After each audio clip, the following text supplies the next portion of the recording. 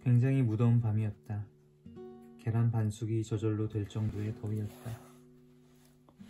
나는 제이스바의 무거운 문을 평소처럼 등으로 밀어 열고는 에어 컨디셔너에 서늘한 공기를 빨아들였다. 가게 안에는 담배와 위스키와 감자튀김과 겨드랑이 밑과 시궁창 냄새가 바움쿠엔의 무늬처럼 정확히 겹쳐서 떠들고 있었다. 나는 평상시와 다름없이 스탠드 가장자리에 앉아서 벽에 등을 대고 가게 안을 둘러보았다. 제복을 입은 낯선 프랑스 해군이 3명, 그들의 동행인 여자가 2명, 20살 남짓한 남녀가 한 쌍, 그들 뿐이었다. 주인은 보이지 않았다. 나는 맥주와 콤비프 샌드위치를 주문하고 나서 책을 꺼내들고 느긋하게 주인을 기다리기로 했다. 10분가량 뒤에 그레이프프루트와 같은 가슴을 달고 화려한 원피스를 입은 30살 정도의 여자가 가게로 들어와서 내 자리에서 좀 떨어진 곳에 앉아 내가 한 것과 똑같이 술집 안을 빙 둘러보고 나서 김릿을 주문했다. 그녀는 김릿을 한 모금 마시고 나서 짜증이 날 정도로 오랫동안 전화를 걸더니 핸드백을 끌어안고 화장실로 들어갔다. 결국 40분 동안에 그런 짓을 3차례 반복했다. 김릿 한 모금, 긴 통화, 핸드백, 화장실이다. 바텐더인 제이가 내 앞으로 다가와서 짜증스러운 얼굴로 엉덩이가 닳아서 없어지는 게 아닐까 하고 말했다. 그는 중국인이지만 나보다 훨씬 일본어를 잘한다. 여자는 3번째로 화장실에서 나와 주위를 둘러보고 나서 미끄러지듯이 내 옆자리로 다가와 낮은 목소리로 말했다. 저 미안하지만 동전 좀 빌려주지 않을래요? 나는 고개를 끄덕이고 주머니에 동전을 긁어 모아서 스탠드 위에 늘어놓았다. 10엔짜리 13개였다. 고마워요. 더 이상 동전을 바꿔달라고 하면 가게 주인이 싫은 얼굴을 하거든요. 상관없습니다. 덕분에 몸이 굉장히 가벼워졌어요. 그녀는 쌩긋이 웃어 보이고 재빨리 동전을 긁어 모아서는 전화가 있는 쪽으로 사라졌다.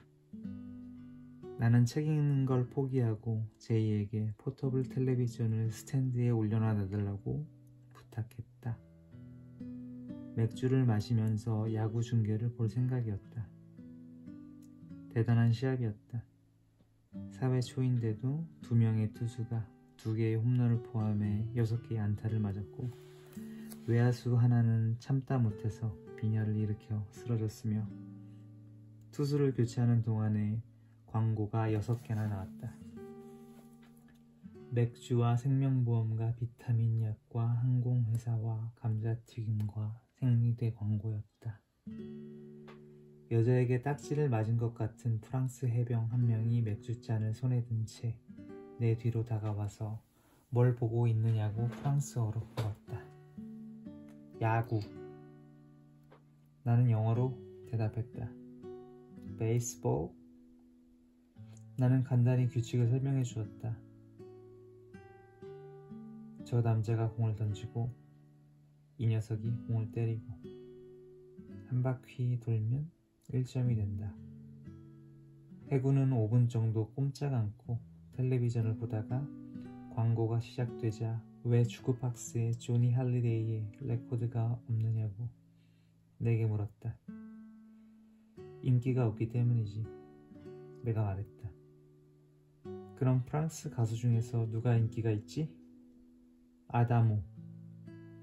그 사람은 벨기에 사람이라고. 미셸 폴라네프. 빌어먹을. 해병은 그렇게 말하고 테이블로 돌아갔다. 5회 말이 되었을 때 겨우 여자가 돌아왔다. 고마워요. 한 잔 살게요. 신경 쓰지 않아도 괜찮습니다. 빌린 걸 갚지 않으면 못 참는 성격이라고요. 나쁜 일이든 좋은 일이든 말이에요. 나는 빙긋이 웃으려고 했으나 마음대로 잘 되지 않아서 그냥 고개만 끄덕였다. 여자는 손가락으로 제이를 불러서 나에게는 맥주를 주고 자기에겐 김릿을 달라고 했다. 제이는 정확하게 3번 고개를 끄덕이고 스탠드 끝으로 사라졌다. 기다리는 사람이 오지 않는 모양이죠? 그런 것 같아요. 상대는 여잔가요? 남자예요. 나하고 똑같군요. 얘기가 될 것 같은데요. 나는 할 수 없이 고개를 끄덕였다. 이봐요. 내가 몇 살 정도로 보이나요? 28. 거짓말하지 말아요.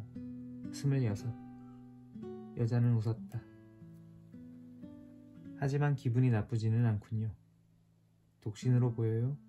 아니면 결혼한 사람처럼 보여요? 상금이 있습니까? 상금을 줄 수도 있어요. 결혼한 것 같습니다. 반은 맞았군요. 지난달에 이혼을 했으니까요. 이혼한 여자하고 이야기해 본 적 있어요? 아니요. 하지만 신경통에 걸린 소하고는 얘기해 본 적이 있습니다. 어디서요? 대학의 실험실에서요. 5명이 가까스로 교실에 밀어넣었지요. 여자는 즐거운 듯이 웃었다. 학생? 네. 나도 옛날에는 학생이었죠. 1960년쯤에요. 좋은 시절이었어요. 어떤 점이요? 그녀는 아무 말도 하지 않고 킥킥거리며 웃더니 김릿을 한 모금 마시고 나서 갑자기 생각난 듯 손목시계를 들여다보았다. 다시 전화를 걸어야겠네. 그녀는 그렇게 말하고 핸드백을 손에 들고 일어섰다. 그녀가 사라진 뒤에도 내 질문은 대답을 듣지 못한 채 한동안 공중을 떠돌았다. 맥주를 절반쯤 마시고 나서 제이를 불러서 계산을 했다. 도망치는 거야? 제이가 물었다. 나이는 상관없어. 아무튼 쥐가 오거든 기다리다가 갔다고 전해줘. 내가 제이스바를 나올 때 여자는 전화를 끝내고 4번째로 화장실에 들어가는 중이었다. 집으로 돌아오면서 줄곧 휘파람을 불었다. 어딘가에서 들은 적이 있는 멜로디였는데 제목은 좀처럼 생각나지 않았다. 아주 오래된 노래다. 나는 바닷가에 차를 세우고 어두운 밤바다를 바라보면서 어떻게든 공명을 생각해내려고 안간힘을 써보았다. 그건 미키마우스 행진곡이었다. 이런 가사였던 것 같다. 모두의 즐거운 암호 MICKEYMOUSE.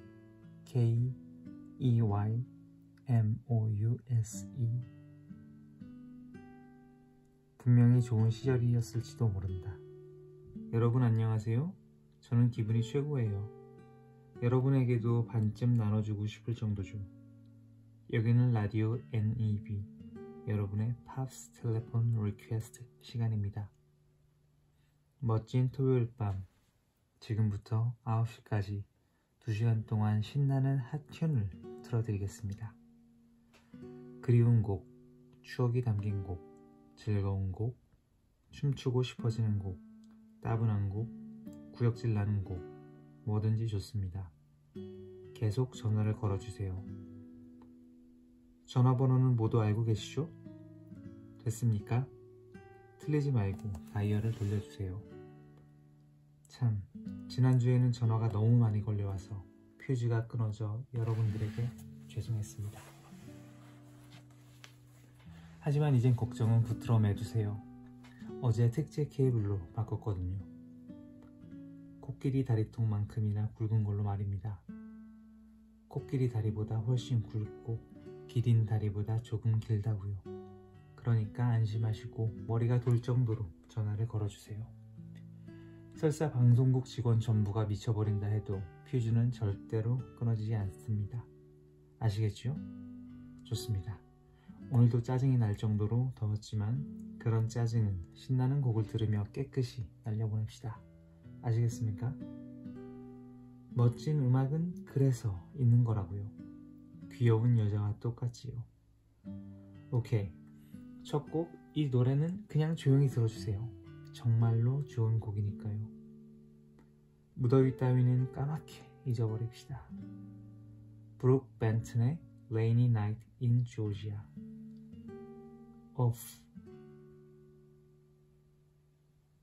휴, 정말 덥군. 이봐, 에어컨 좀 더 세게 안 돼? 지옥이라고, 여기는. 이봐, 그만둬. 나는 땀을 많이 흘린단 말이야. 이봐, 목이 말라서 미치겠어. 누가 시원한 콜라 좀 갖다 주지 않겠어? 괜찮아. 오줌 따윈 그렇게 쉽게 나오지 않는다고. 내 방광은 특별히 튼튼해서. 고마워 아가씨. 좋았어. 굉장히 차군. 이봐, 병따개가 없잖아.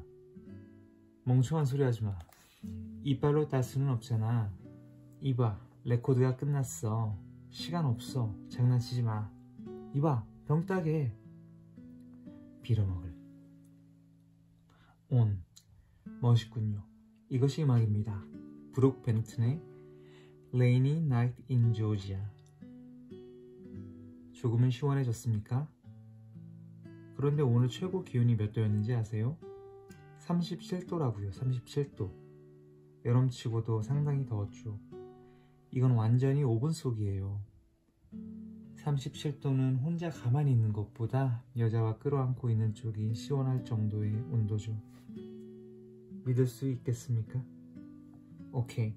말은 이 정도에서 그만두고 계속 레코드를 걸겠습니다. 크리던스의 Clear Water Revival. Full Stop the Rain. 신나게 춤을 춥시다. 이봐, 이젠 됐어. 마이크 스탠드 모서리에 대고 땄으니까. 맛있다. 걱정 말라고.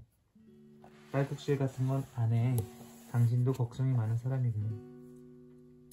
이봐, 야구는 어떻게 됐지? 다른 방송국에서 중계를 하고 있을 텐데. 이봐, 잠깐만 기다려줘. 왜 방송국에 라디오가 한 대도 없는 거지? 이건 범죄라고. 그건. 알았어. 이젠 됐어. 그건 그렇고 이번에는 맥주가 마시고 싶은데 아주 차가워. 아니 큰일 났네. 딸꾹질이 나올 것 같아. 딸꾹. 7시 15분에 전화벨이 울렸다. 나는 거실의 등나무 의자에 누워 캔 맥주를 마시면서 계속해서 치즈크래커를 집어먹고 있었다. 안녕하십니까? 여기는 라디오 NEB의 팝스 텔레폰 리퀘스트입니다. 라디오를 듣고 계셨나요? 나는 입 안에 남아있던 치즈크래커를 황급히 맥주와 함께 넘겼다. 라디오요? 그렇습니다. 라디오. 문명이 난 딸꾹. 최고의 기계지요. 전기 청소기보다 훨씬 정밀하고 냉장고보다 훨씬 작고 텔레비전보다 훨씬 쌉니다. 지금 무엇을 하고 계셨습니까? 책을 읽고 있었습니다. 그러면 안 되죠. 라디오를 듣지 않으면 안 된다고요. 책을 읽어봤자 고독해질 뿐입니다. 안 그런가요? 네, 그래요.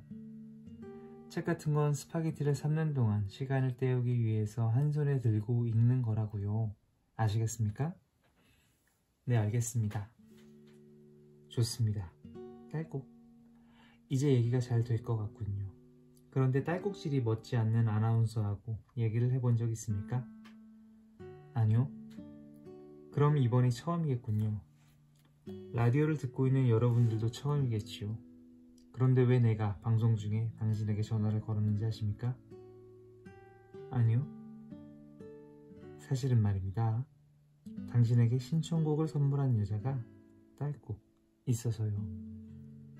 누군지 아십니까? 아니요.